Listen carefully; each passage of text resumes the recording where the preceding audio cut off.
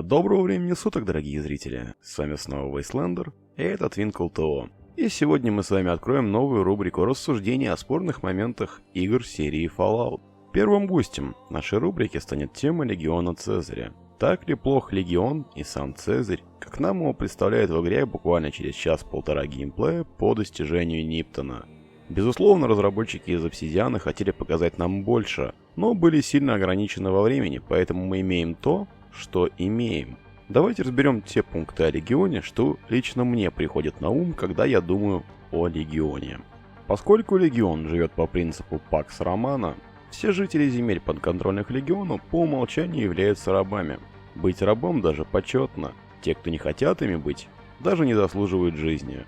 Нет свободы воли и маловато возможностей в выборе карьеры. В иерархии первым идет сам Цезарь, потом его офицеры, затем простые легионеры, женские рабы, и в самом конце списка идут мужские рабы, видимо настолько бесполезные, что даже в армию не годятся. Лично мне сама идея рабства сильно претит.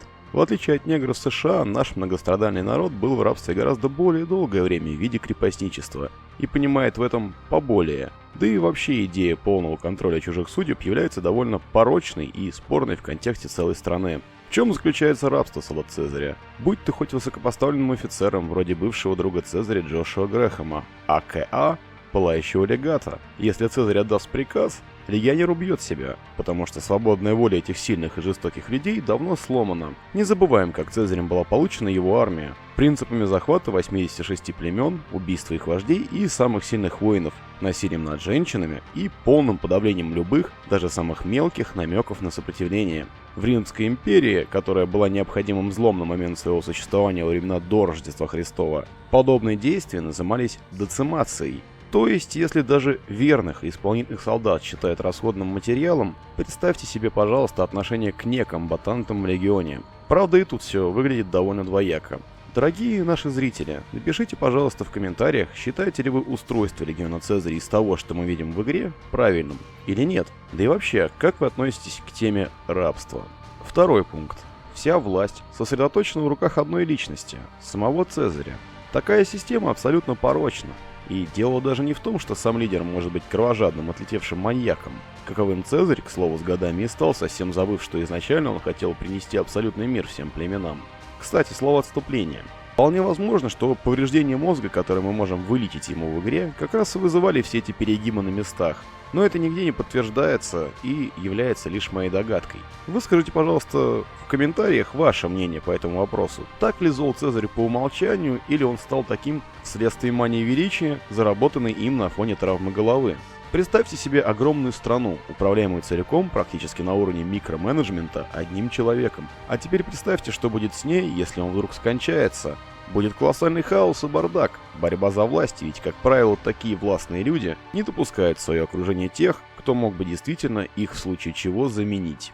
Пункт номер 3. Противоречивые рассказы о Аризоне и Нью-Мексико от торговца и Рауля.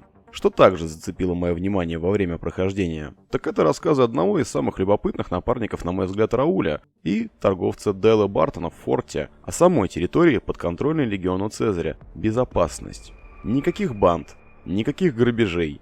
Это действительно достижение. Слабая олигархическая демократия, в больших кавычках НКР, не может даже добить великих ханов или вайперов на подконтрольной им территории, несмотря на все усилия избранного и выходца из убежища 13. Когда как Легион справился с этой задачей довольно просто. Это многое говорит о твердости их лидера. Правда, тут возникает вопрос. А готовы ли вы, дорогие зрители, стать рабом огромной машины, пусть даже с привилегией абсолютной безопасности и торжества закона? К большому нашему сожалению, действительно городов под контролем Цезаря мы в самой игре не увидим. Поэтому мы не можем сказать, так ли плохо или хорошо живется на земле подконтрольной Легиона. Мы можем только гадать, но лично я за безопасность. Пункт 4. Свободное поселение на землях подконтрольных Легиону. Изначально задумывалось, что мы увидим 3 локации с дружелюбными NPC на территориях Легиона. Нам должны были донести мысль, что несмотря на отсутствие свободы слова в этих поселениях, сытая и мирная жизнь. Нам также должны были донести рассуждение о том, что рабами становятся только дикие племена, и делается это, дабы контролировать их природную агрессию и тягу к разрушению путем направления их в нужное русло. По крайней мере, все это так, если верить интервью с Джошем Сойером из Obsidian. Но вышло так, как вышло. Временные ограничения заставили создателей игры вырезать очень большое количество идей и моральных дилемм, оставляя Легион той мразотной фракцией, которая большинство из нас ненавидит. Это действительно прискорбно. Дорогие зрители, а как вы бы отнеслись к Легиону, который просто является армией большой, пусть и тоталитарной, но действительно довольной страны? Пятый пункт, который приходит мне на ум, это честь, отвага и доблесть. Эти слова далеко не чужды легионерам. Ложь и предательство в отношении своих, так характерные людям из цивилизованного общества, являются чем-то диким для членов Легиона Цезаря. Возможно, так вышло вследствие того, что основу армии составляют бывшие дикари, которые не имеют испорченного налетом нашей цивилизации мировоззрения. Но согласитесь, это ведь довольно интересно и даже чем-то импонирует. Пункт 6. Жестокость. Жестокость легионеров Цезаря в виде распятия людей на крестах, кровавых лотерей в поселениях плутократов, на самом деле не чужда всем людям пустоши в мире постапокалипсиса. Не знаю, зачем авторы делали такой акцент на якобы зверствах легионеров, учитывая, что все фракции страдают перегибами на местах. Жестокость Легиона хотя бы можно объяснить тем, что они являются действительно бывшими дикарями, которые не очень-то ценят чужие и, если честно, и свои жизни. А как объяснить жестокость НКР, а жестокость Братства? Ну и, конечно же, я, наверное, даже промолчу про военные преступления Анклава. Дорогие зрители, напишите, пожалуйста, в комментариях, считаете ли вы Легион таким уж действительно жестоким и сильно отличающимся от того же НКР, которое на момент событий Нью-Вегаса очень хочет получить ядерное оружие и разрабатывает свое биологическое оружие, в чем Цезарь, к слову, замечен как-то и не был.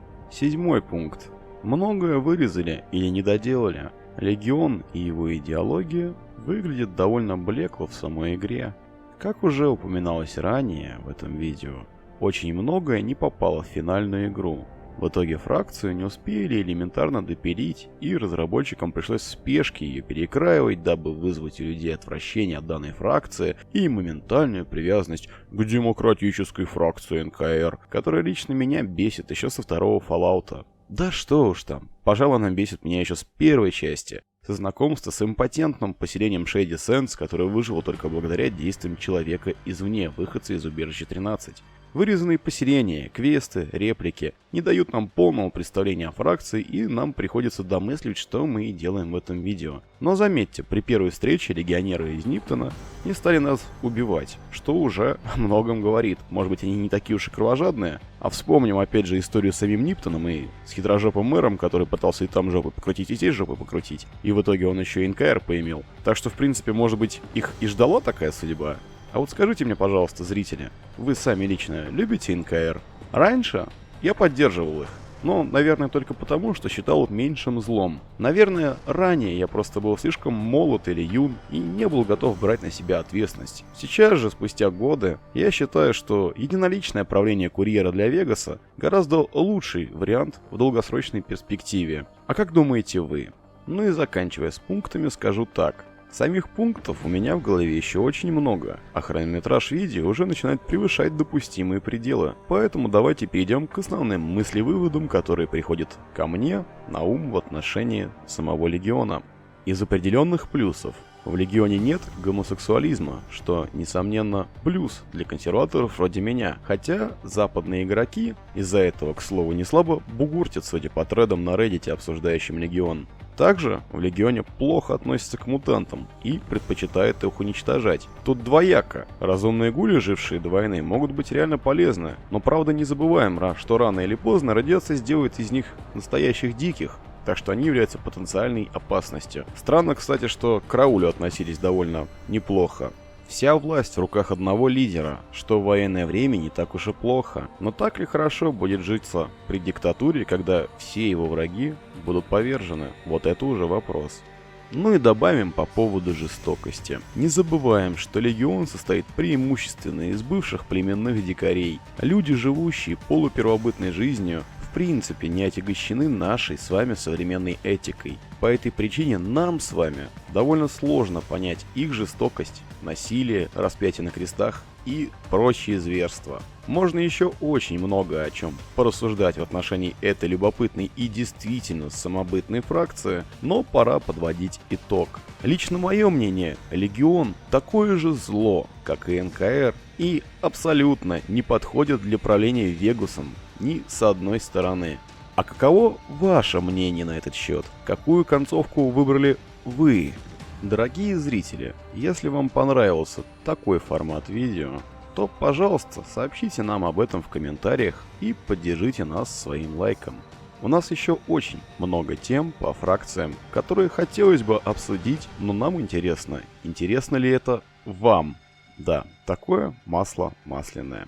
Ну и подводя итог данного видео, хочу сказать, что все сказанное здесь является моим личным мнением. Оно не обязано совпадать с вашим, но мне было бы очень интересно услышать ваши позиции по поднимаемым вопросам. Ну а с вами был Вейслендер, всем вам удачи, спасибо за внимание и пока.